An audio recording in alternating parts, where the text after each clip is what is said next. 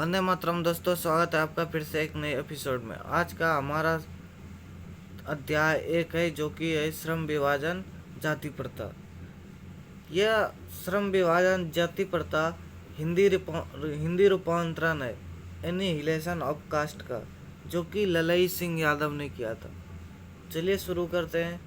यह विडंबना की ही बात है कि इस युग में भी जाति प्रथा जातिवाद के पोषकों की कमी नहीं है।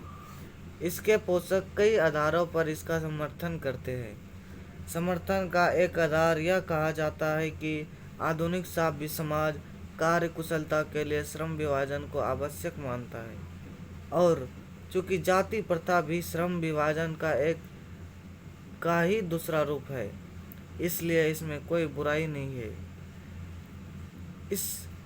इस तर्क के संबंध में पहली बात तो यही आपत्तिजनक है कि जाति प्रथा श्रम विभाजन के साथ साथ श्रमिक विभाजन का भी रूप लिया हुआ है।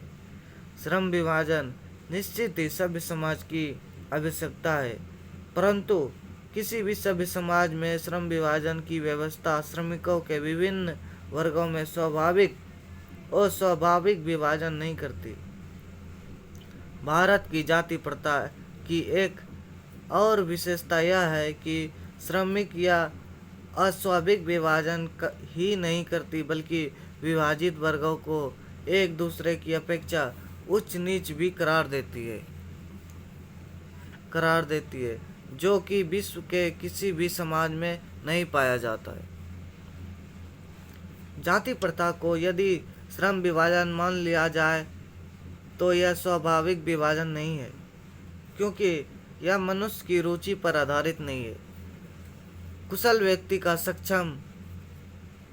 व्यक्ति या सक्षम श्रमिक समाज का निर्माण करने के लिए यह आवश्यक है कि हम व्यक्तियों की क्षमता इस सीमा तक विकसित करें जिससे वह अपने पेशे या कार्य का चुनाव स्वयं कर सके।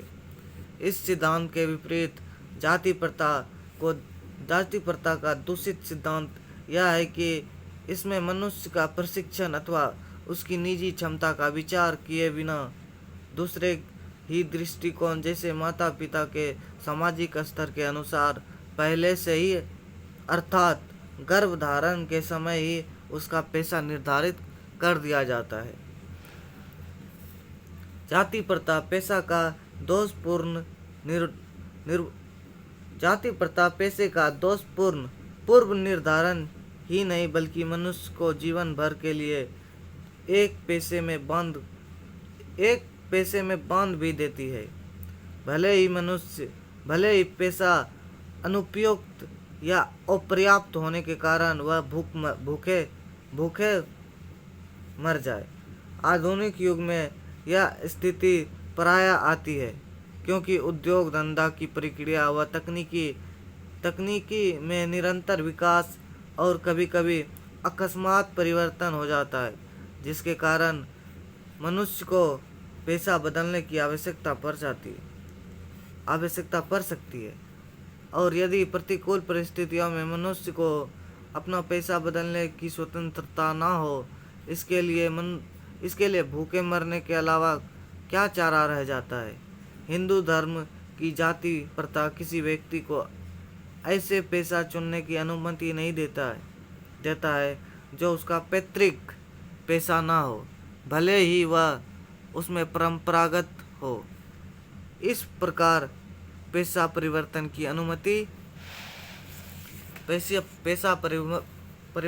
अनुमति न देकर जाति प्रथा भारत में बेरोजगारी का एक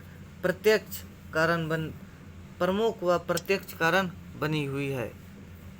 इसी प्रकार हम देखते हैं कि श्रम विभाजन की दृष्टि से भी जाति प्रथा गंभीर दोषों से युक्त है। जाति प्रथा का श्रम विभाजन मनुष्य की स्वेच्छा पर निर्भर नहीं रहता। मनुष्य की व्यक्तिगत भावना या व्यक्तिगत रुचि का इसमें कोई स्थान अथवा महत्व नहीं रहता। इस आधार पर हम यह स्वीकार करना पड़ेगा कि आज के उद्योग में गरीबी और उत्पीड़न इतनी बड़ी समस्या नहीं, जितनी कि यह है कि बहुत से लोग निर्धारित कार्य को औरुचित के साथ केवल विवशतावश करते हैं। ऐसी स्थिति स्वभावतः मनुष्य को दुर्भाग्य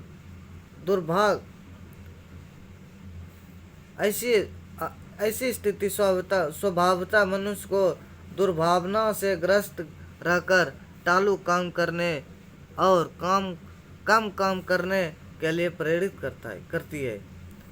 ऐसी स्थितियों में जहाँ काम करने वाले का ना तो दिमाग ना ही दिल लगता हो, ना दिमाग कोई कुशलता कैसे प्राप्त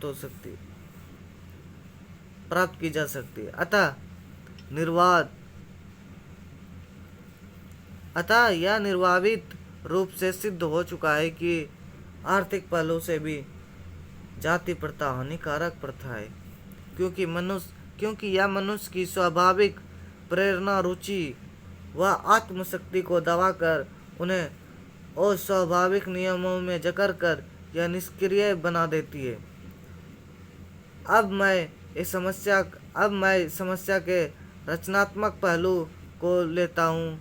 मेरे द्वारा जाति प्रथा की आलोचना सुनकर आप लोग मुझसे यह प्रश्न पूछना चाहेंगे कि यदि मैं जाति के विरुद्ध हूँ तो फिर मैं दृष्टि में आदर्श समाज क्या है? तो फिर मेरे दृष्टि में आदर्श समाज क्या है? मेरा उत्तर होगा कि मैं आदर्श समाज स्वतंत्रता, समता, भातृत्व पर आधारित होगा। क्या यह ठीक नहीं है? भातृत्व अथवा भाईचारा में किसी को क्या आपत्ति हो सकती है? किसी भी आदर्श समाज में इतनी गतिशीलता होनी चाहिए जिससे कोई भी वंचित परिवर्तन समाज के एक छोर से दूसरे छोर तक संचालित हो सके। ऐसा समाज बहुविध हितों में सबका भाग होना चाहिए तथा सबको उसकी रक्षा के प्रति सजग रहना चाहिए। सामाजिक जीवन के अबाध संपर्क के अनेक साधन व अवसर उपलब्ध रहने चाहिए। तात्पर्य यह है कि दूध पानी के मिश्रण की तरह भाईचारा का यही वास्तविक रूप है। और इसी का दूसरा नाम लोकतंत्र है। इसी का दूसरा नाम क्या है? लोकतंत्र है।